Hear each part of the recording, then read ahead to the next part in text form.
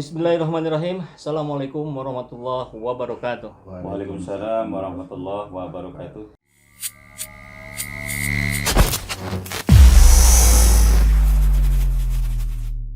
Pak Tarmizi, Pak Solihin, terima kasih sudah datang lagi ke studio mini kita. Sama-sama Kang. Kita akan berdiskusi persoalan-persoalan yang sedang hangat di negeri ini untuk menjadikan pelajaran untuk sahabat SC semua, untuk menjadi wawasan kita bersama agar kita bisa mengerti, paham sebenarnya apa sih yang sedang terjadi di negeri ini. Biar nggak dibodohi, di framing oleh kabar-kabar hoax atau kabar-kabar dari buzzer gitu, Pak. Ini tentang Sri Lanka. Kan luar biasa apa yang sedang terjadi di sana. Ini cukup membuat ketar-ketir negara-negara yang posisinya kurang lebih sama lah gitu ya dengan Sri Lanka. Dan beberapa pihak mengatakan Indonesia ini jauh berbeda dengan Sri Lanka. Tapi sebagian lagi mengatakan, jangan terlalu kepedean katanya. Ini bisa jadi Indonesia jadi Sri Lanka berikutnya. Tapi saya ingin buka diskusi kali ini dengan pertanyaan yang cukup menggelitik dulu, Pak. Apa persamaan antara Sri Lanka dan Sri Mulyani? Yang pertama ada kata-kata Sri. Sri-nya ya. Sri Lanka, Sri Mulyani. Yang kedua sama-sama berbicara tentang resesi ekonomi. Resesi. Jadi kan menurut yang apa yang dilansir oleh Bloomberg itu kan ada 15 negara. Sri Lanka memang Indonesia itu termasuk di posisi 14. Tapi tidak menutup kemungkinan bahwa Indonesia juga akan mengalami hal yang sama. Ini jangan terlalu kepedean bahwa ini tidak akan mengalami hal yang sama. Kenapa, Pak? Ya, jadi memang gini, indikator-indikator itu kan ada yang sifatnya data. Ada sifatnya juga fakta, ada data dan fakta. Nah ini mungkin yang menjadi pegangan Luhut yang terlalu pede itu selalu berpegang kepada data, tapi tidak melihat fakta di lapangan gitu. Nah fakta di lapangan itu ternyata hampir sama saja dengan Sri Lanka gitu, walaupun datanya seolah-olah tidak mungkin seperti itu. Jadi sebetulnya ada persoalan juga dalam teknis pengambilan data gitu maksudnya. Betul. Sehingga data itu tidak relevan dengan fakta yang terjadi di lapangan. Iya, terutama yang selama ini dipegang khususnya oleh pemerintah itu kan ini kan sudah berkali-kali ya. Luhut itu kan ditegur ya, termasuk masalah big data itu. Cara pengambilannya itu kan itu yang justru istilahnya metodologinya itu tidak ilmiah seperti itu. Nah ini juga termasuk data-data yang disampaikan oleh pihak-pihak yang mungkin berwenang itu perlu di cross check, perlu di cross check ke lapangan. Betul nggak apa yang tersampaikan di dalam data itu sesuai fakta atau tidak gitu kan? Nggak ada waktu Pak buat ke lapangan, mereka sibuk di Menara Gading. Jadi selama ini terlalu percaya kepada data-data yang disampaikan oleh bawahannya itu. Ternyata itu kadang-kadang jauh melenceng dengan fakta yang terjadi di lapangan seperti itu. Ini makanya ketika Luhut termasuk Jokowi juga merasa tidak mungkin, kata siapa di lapangan kejadiannya tidak seperti itu. Ya, cabai luar biasa kenaikannya, Pak Tarmizi. Saya mengangkat video di beberapa hari yang lalu itu 100.000 per kilo. Dari yang sebelumnya berapa katanya sekitar 40-50-an. Iya. Ternyata udah dikoreksi lagi sama sahabat-sahabat SC Channel di komentar.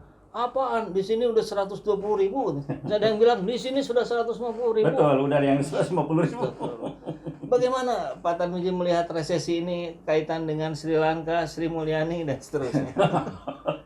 Baik, sahabat SZ Channel yang berbahagia, persoalan yang terjadi di Sri Lanka itu memang agak mirip-mirip yang terjadi di Indonesia. Bukan hanya soal namanya Ibu Sri Mulyani dan Sri Lanka gitu ya. Kesamaan lainnya sama-sama maaf gitu ya, tukang utang gitu ya. Ya kan yang ngelola utang itu kan Menteri Keuangan gitu ya. Menteri Keuangan yang katanya versi terbaik se-Asia gitu ya. Tapi doyan utang gitu ya. Ini ada apa? Kita ambil contoh sederhana saja gitu ya. Indonesia ini memang sudah diambang krisis. Amerika sekarang sedang krisis dan ini akan berdampak besar ke Indonesia. Yang $1 Amerika hari ini kita lihat sudah mendekati 15.000, bahkan kemarin sudah melampaui 15.000. Ini kan agak berat bagi kita ya, punya utang luar negeri dalam bentuk dolar. Dan ini akan berbahaya bagi Indonesia. Ini krisis moneter, krisis keuangan, resesi ini akan menyebabkan Indonesia apakah akan seperti Sri Lanka atau tidak. Ini besar kemungkinan kalau kita lihat banyak kesamaannya. Utang tinggi gitu ya, kemampuan bayar utang rendah gitu ya. Terus juga diikuti harga barang-barang tinggi, melambung tinggi. Ini akan menimbulkan reaksi yang luar biasa bagi masyarakat. Nah, ini hampir mirip dengan Sri Lanka, hanya beda Sri Lanka langsung ngamuk, presidennya lengser. Nah, di Indonesia masih terus mengelus dada gitu ya. Rakyatnya masih ditahan-tahan. Rakyat masih bersabar, sabar. Saya tidak tahu ini momentumnya sampai kapan rakyat ini.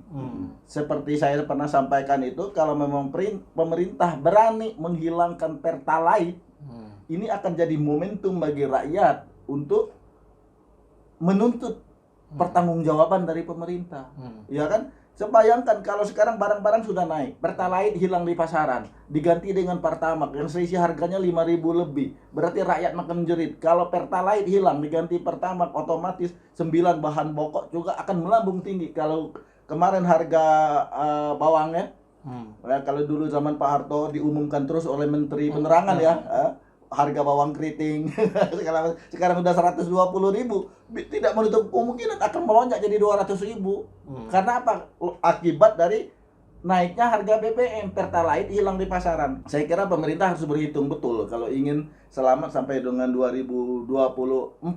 Pelajaran dari Sri Lanka harus menjadi pelajaran gitu ya. Saya tidak mau mengomentari statement menteri tertentu gitu ya. Yang jelas Indonesia dalam keadaan bahaya. Kita lihat, ambil contoh saja, kereta cepat Bandung-Jakarta. Itu kan kita punya utang.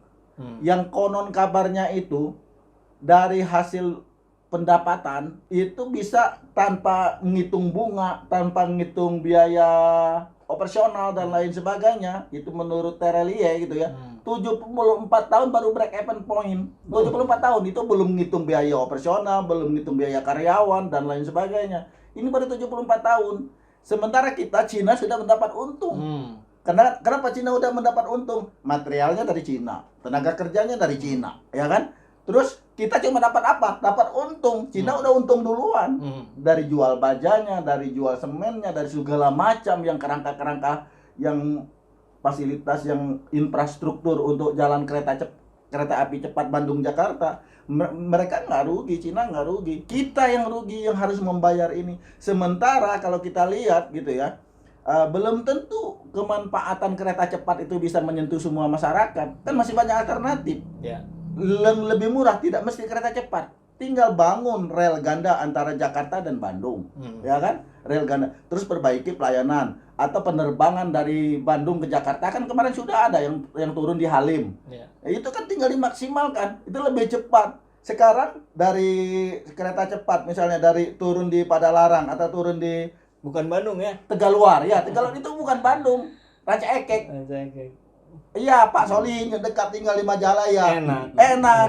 Terus dari Tegaluar mau ke Bandung naik apa? Kan gitu. Nah, ini jadi persoalan. Oke lah, nanti akan ada kereta di sini naik KRD gitu ya. Dari Tegaluar atau dari Ranca Ekek turun di Bandung lagi, balik lagi waktu lagi.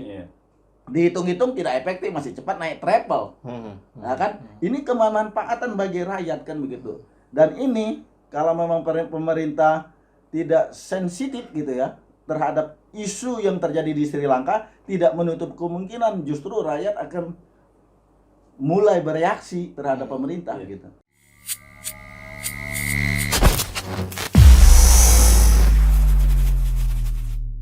Bismillahirrahmanirrahim. Assalamualaikum warahmatullahi wabarakatuh. Sahabat semua, sudah berapa lama kita memendam kerinduan untuk berangkat ke Baitullah? Ya, apalagi setelah kemarin pandemi 2-3 tahun kita tidak bisa berangkat ke sana. Menunggu antrian haji, kita tahu bersama, belasan bahkan sampai puluhan tahun. Dalam konteks ini, sebagai Saiful Zaman Channel bekerja sama dengan Al-Aziziyah Tour and Travel, insya Allah akan menyelenggarakan program untuk kita berangkat bersama saya.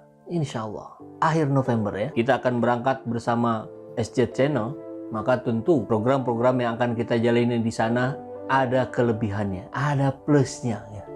Kita akan berkumpul berdoa bersama untuk memanjatkan doa bagi negeri ini agar menjadi lebih baik, agar dipimpin oleh pemimpin yang mengerti kehendak dan keinginan rakyat, pemimpin yang amanah. Ya, keberangkatan di akhir November tentu itu saat setelah Pak Anies selesai menjabat sebagai gubernur.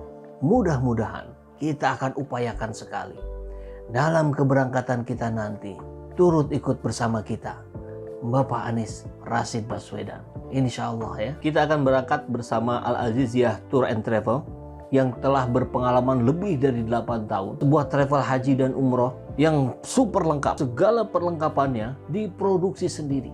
Artinya kualitasnya sudah pasti terjamin.